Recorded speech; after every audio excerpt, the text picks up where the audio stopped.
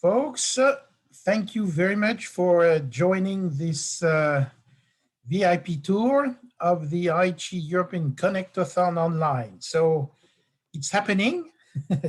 It is not necessarily visible unless you are connected to all of those interactive tools. So we're trying to give you a sense of what's happening in reality behind the online Connectathon setting. As you see, this is not the first Connectathon. This is the actually a good history, the 20th Connectathon since we started, and every year we move somewhere else in Europe, and we've been in many countries, as you see. This year we are online, and we are kind of everywhere and nowhere in Europe. So you don't see a city and a country. The plan was to be in Czech Republic, which is a recent addition to the members of IHE-Europe. But unfortunately, what happened with COVID disrupted those plans. Let me first share some secret behind the IHE Connectathon. Why does the Connectathon work and has proven so successful? The first ingredient is interoperability in health is such a broad field that we need to put some focus. We need to do useful things, but focus things. And we call this use case centricity. Being focused on a use case or a problem faced by users is our starting point. Because if we don't have that focus, we're going to be trying to solve a bigger problem or the wrong problem for the wrong solution for the problem which is expected to be addressed. So once we've spotted the use case, this is where IHE comes into play and say, for this use case, we need 1 or 2 or 3 profiles, and we break the use case into a number of IHE profiles that have been developed by what we call domain committees that specialize, some on laboratory work, some on patient care coordination, others in radiology, others in IT infrastructure, and so forth. Once we have a clear use case, when we have a clear profile, the profile is specified. The question is, how do you get the profile implemented? And this is where we become very much implementation centric. And the Connectathon is, if you want, the party where we ask everybody to join and to say, hey, you're interested in this use case, pick the corresponding profile and implement it in your product, in your prototype, in your open source, and come and join this testing marathon that we call the Connectathon. We're not about to evaluate the standards. We've picked the standards when we did the profile. We are dealing with implementing what's in the profile and, of course, all of the underlying standards. We're not in a hackathon mode. You come with an implementation which is stable. You don't come with a half-baked thing that you expect to further refine during the Connectathon. Although we allow improvement and especially error correction, because we're here to fix bugs in the real-world implementation. And we all do this with rigor. There is rigor, there is process, there is a plan, because testing without rigor has little or no value. And we'll come back to this, and you'll understand better how we balance flexibility, focus, and rigor. So the way we create rigor is to say we will define the test plans before we do the testing. We need to know exactly what we're going to test, and we're going to program those test plans in a test tool that we're going to use as an orchestrator, but more importantly as a tracker. We want to make sure that everything which is tested, every step taken in the test plan between systems that test with each other, it is recorded, the results are recorded, the evidence about those results are also recorded. We also say, hey, if you work against your friend, that's not going to prove very much anything. But if you work again one or two, even three different implementation.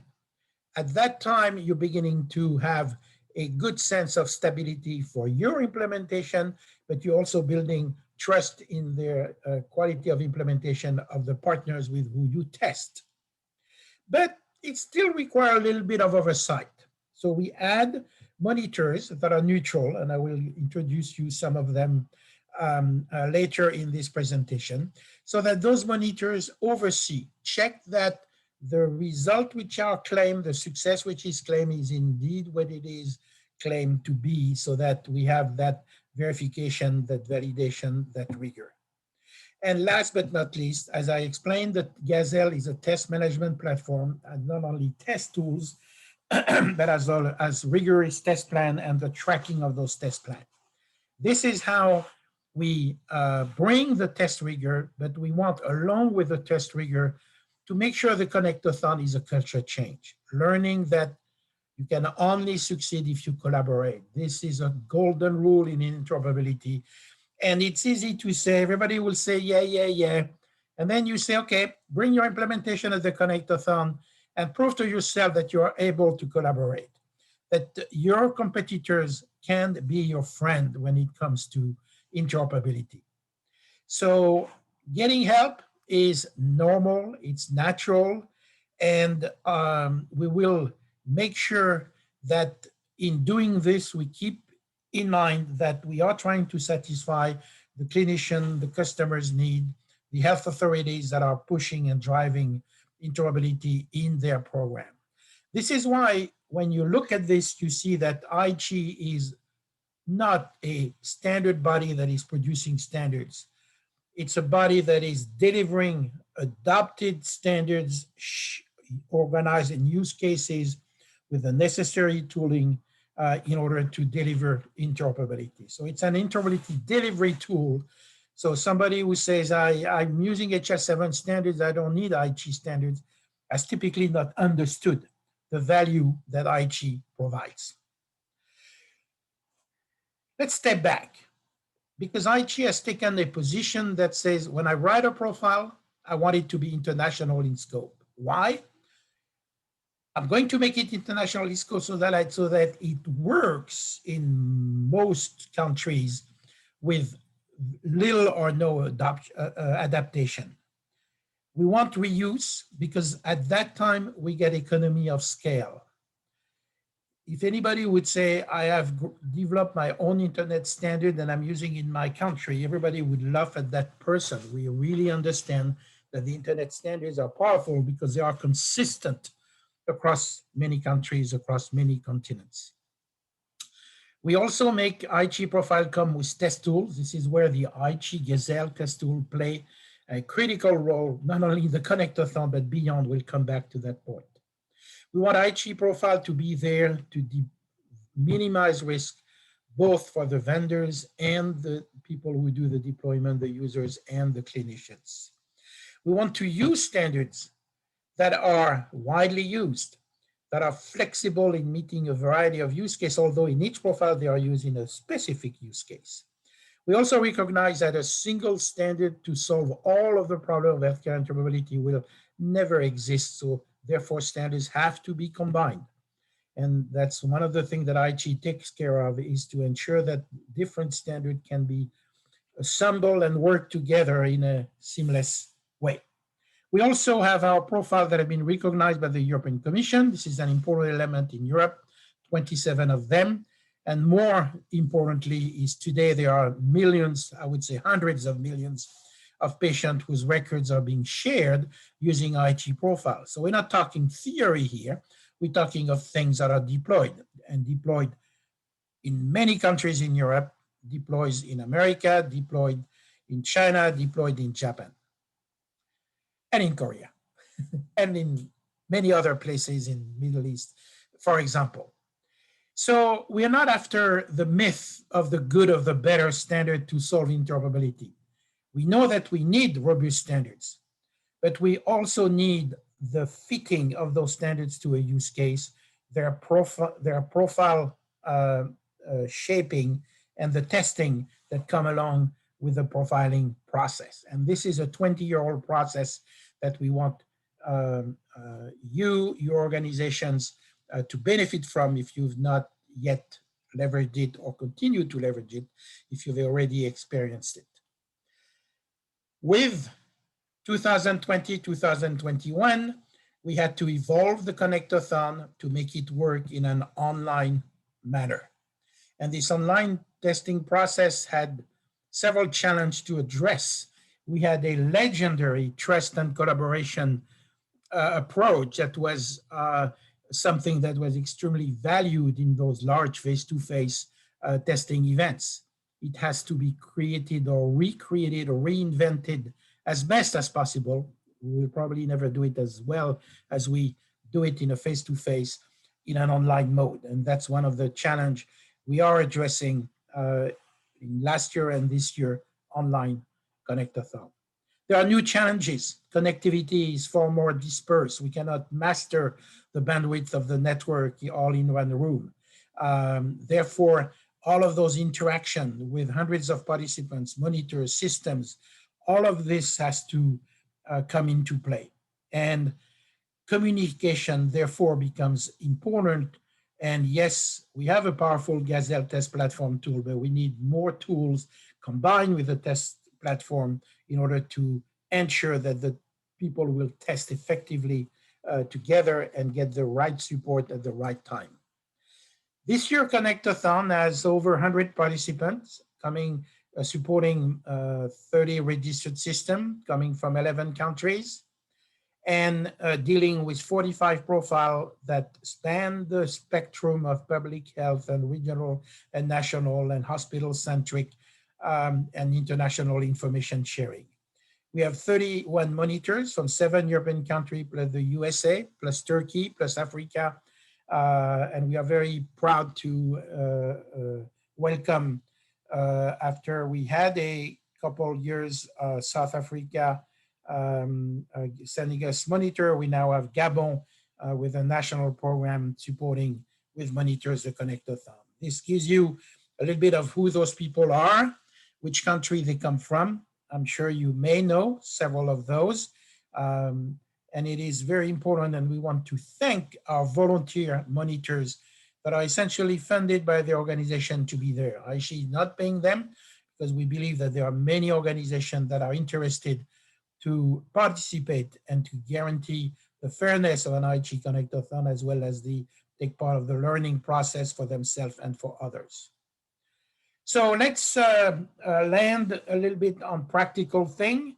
We want to take a couple stops here. Think about the Gazelle test management platform, look at the experience of a vendor and how you and many of us could use the result of the Connectathon. This is intended to be applied in real world, and we will tell you in a few words how to do that and where to find that information.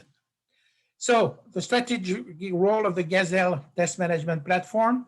This shows a picture of the platform, and you see that the Gazelle test management platform is dealing with standards and profiles that in a sense feed it and allow various projects that are deploying to write their own interoperability specification by referencing the profile who reference the standard.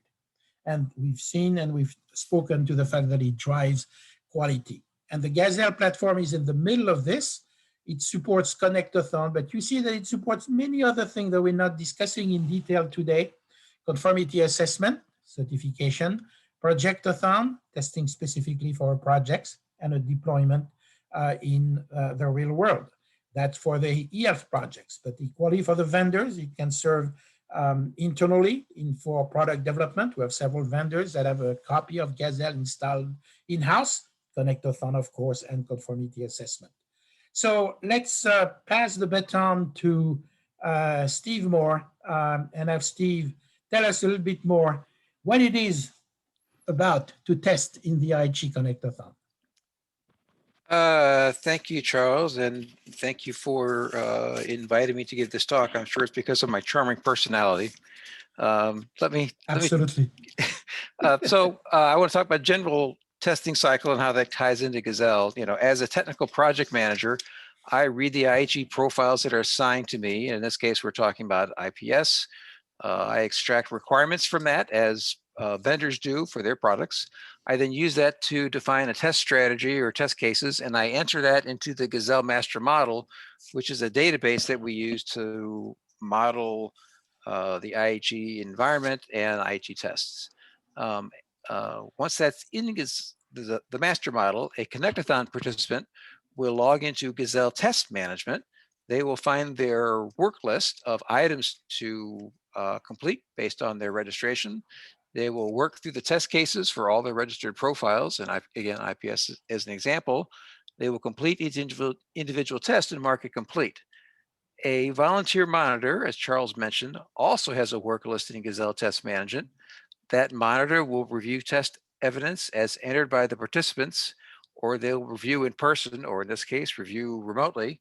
And then they will assess for each individual test, did the participant complete the necessary work?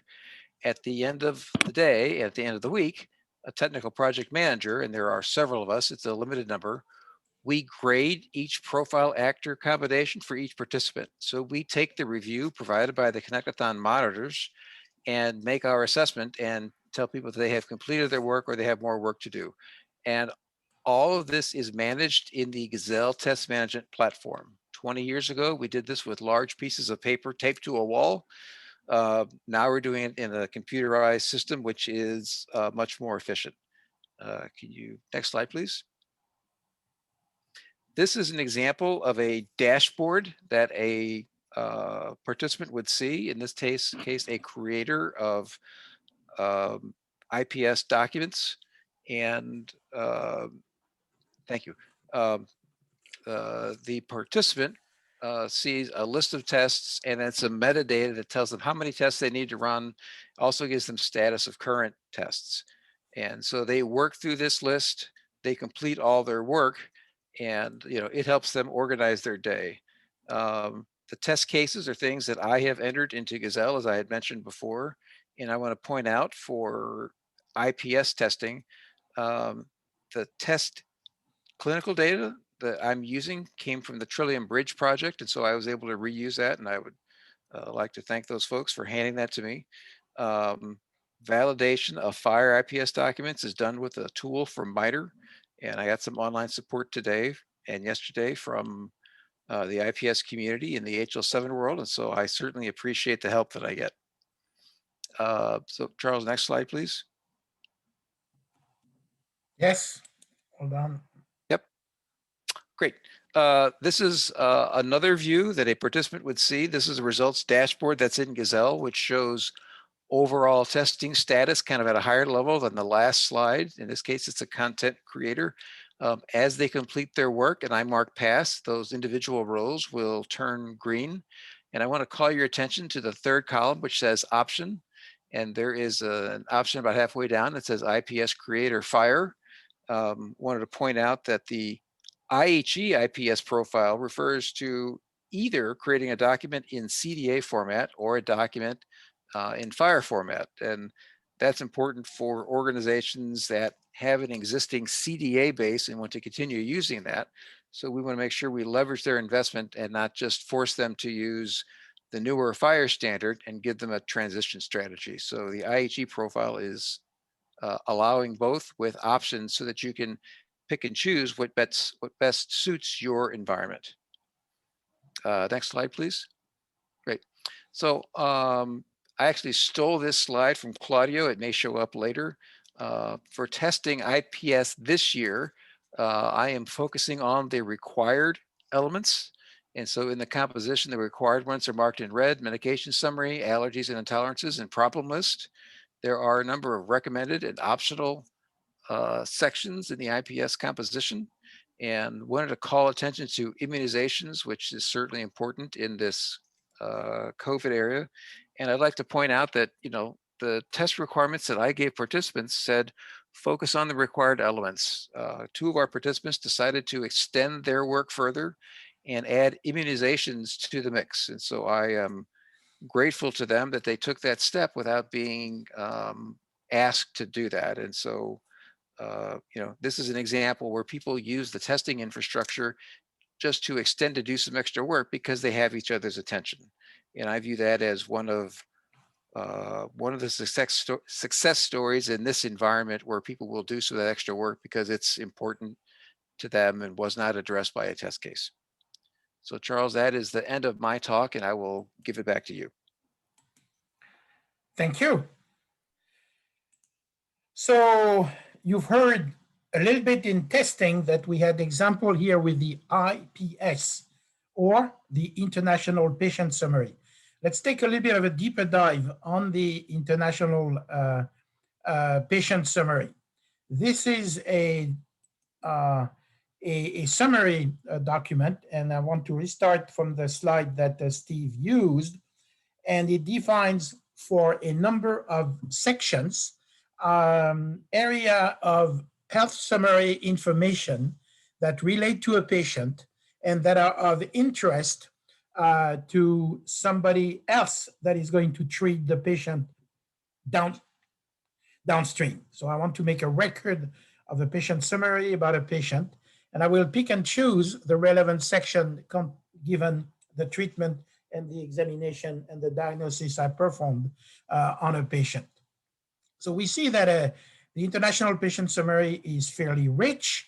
It has in its specification that rests on a scope definition written by SEN, standardized by SEN in Europe, two implementation guide developed by HL7, a CDA one and a FHIR-based one, and an IHE profile that packages everything, reduces a little bit the number of options, and make it available for deployment and, more importantly, testing. And that's the topic we are talking about.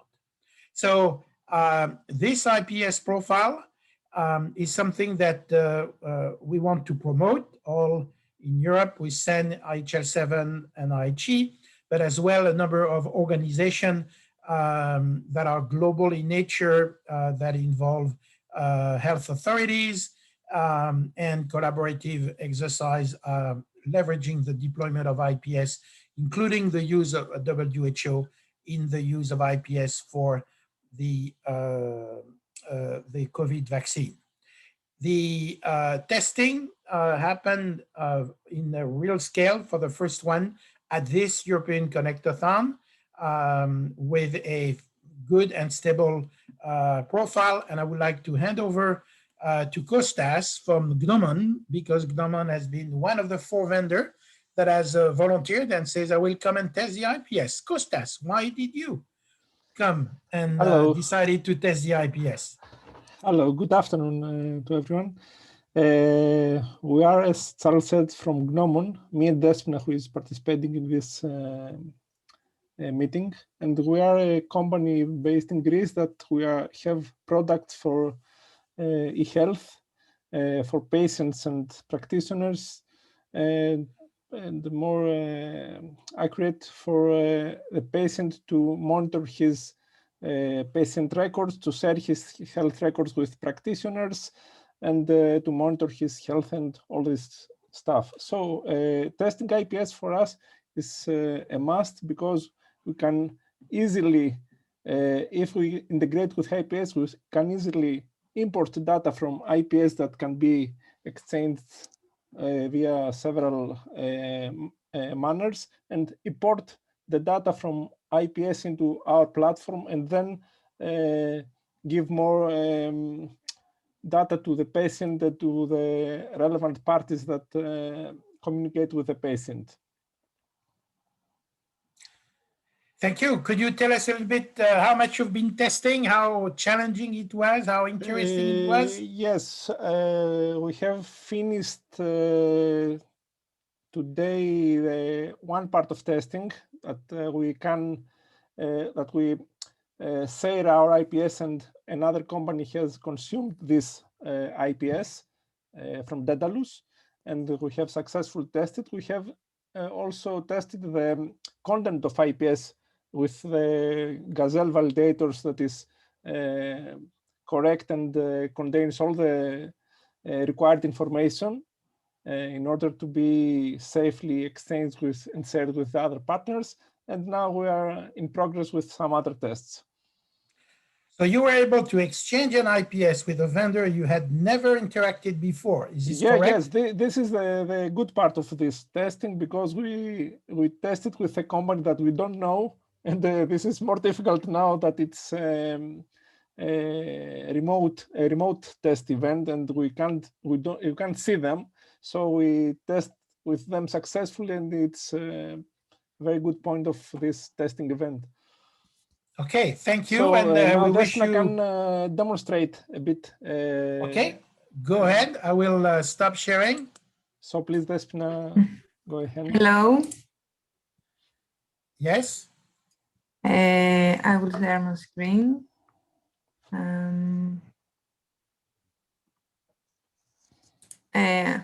I think I can't do it. Oh, okay. Can you see it? Not yet. It says you started to share your screen. Now we see it. You see it. Okay. Yep. Okay, so the doctor first logins at the app, and we can change the language from here. Here we can see the different patients, and if we select one, we can see some information about the patient, and at this tab,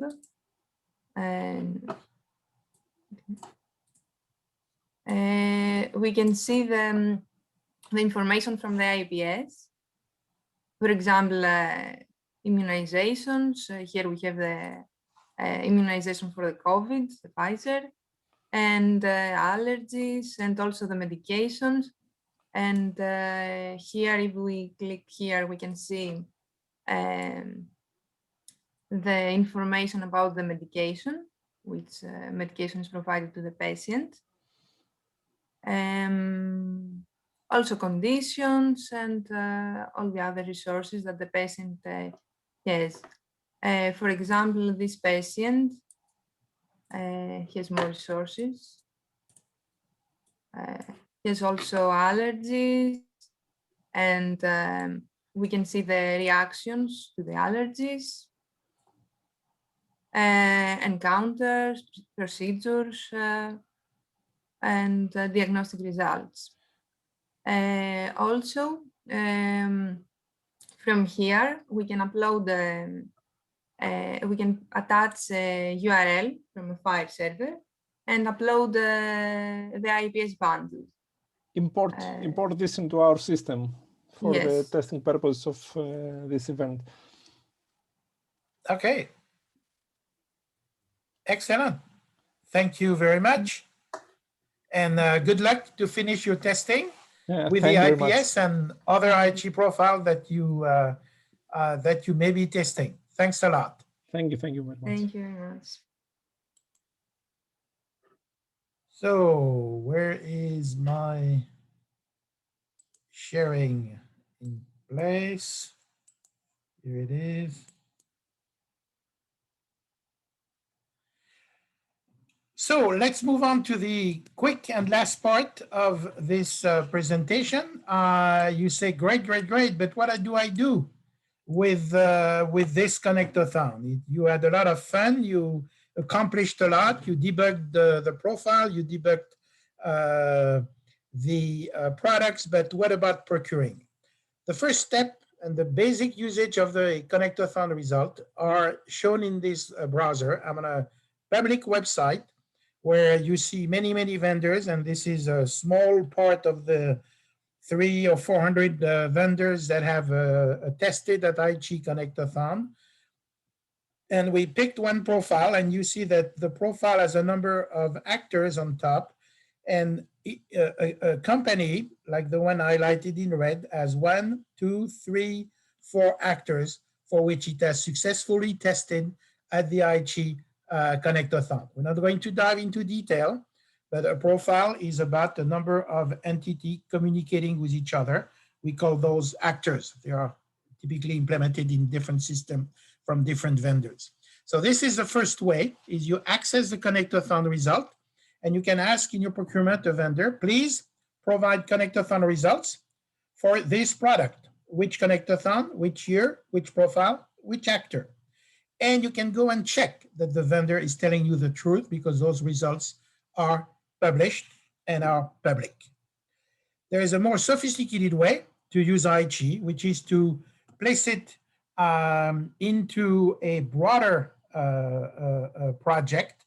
And we have on our website a map, if you want, of moving through projects in terms of interoperability. I need to align with the policy. I need to collect interoperability requirements, specify my interoperability based on IHE profile and other standards, test on testings, my testing strategy, my procurement strategy, the deployment, and some testing at the time of deployment, as well as governing the interoperability of my project going forward. All of those are critical steps that you are typically doing or trying to do in project. And what we have on that web page and the pages that are beyond, click on any one of those dots and you will be told a little bit more how to use IHE, how to use IHE test tools for your testing strategy, how to use Connectathon results, and how to build, for example, your procurement if you are focused on procurement, which is this box. I don't want to do all of this, but make sure you go to the IHE-Europe website and to this use case implementation tab and use all of those valuable resources. Are there questions and answers on what you've heard and maybe what you would like to have heard about, but you did not? So please feel free to ask questions. No questions. Okay, that's fine. I understand, and we'll release you, but don't hesitate to contact, go to the website, contact our secretariat with your question, and they will be routed to the proper person, committee chair or committee members that could help you understand and better know and use IHE profile. I want to thank you very much for your attention. Have a good rest of the day. Remember that the IHE experience continues, and there is a session that is just starting now on vaccinate certificates, on vaccination certificates. Thank you. Bye-bye. Bye-bye. Bye.